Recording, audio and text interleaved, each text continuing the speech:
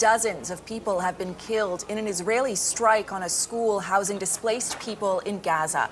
That's according to Hamas and hospital officials. They say the strike came as people were performing morning prayers. Israel's military says Hamas militants were using the building as a command center.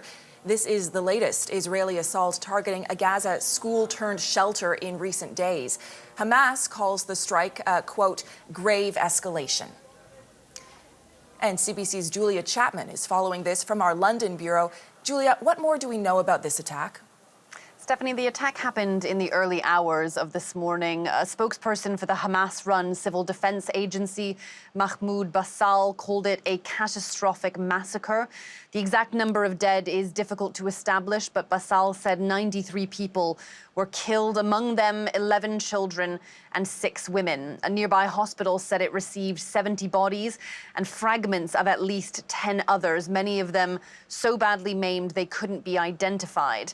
Israel disputes these figures. It says that it was targeting 20 militants, which it claims were operating from the school, something that Hamas denies. Israel insists that it works hard to limit civilian casualties in its attacks. But there has been vocal condemnation from countries like Turkey, Egypt and Qatar. We've heard as well from the European Union Foreign Affairs Chief Josep Borrell, who said in a post on X that he was horrified by the images from a sheltering school in Gaza hit by an Israeli strike.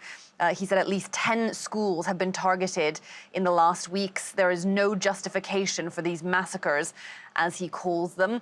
British Foreign Secretary David Lammy has also called the attack appalling and says Hamas must stop endangering civilians and Israel must comply with international law.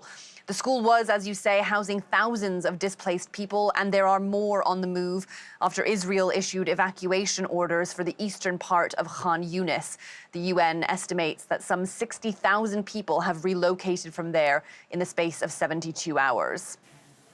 And Julia, this morning Israel claimed responsibility for another senior Hamas member's death. What more can you tell us about that? Well, the Israeli military carried out a number of airstrikes against Gaza on Friday. It says one of them killed a senior member of the Hamas military wing, who it has named as Walid al-Susi. The Israeli Defense Forces say he was in charge of gathering intelligence for Hamas. Some 34 other people were also killed across Gaza yesterday.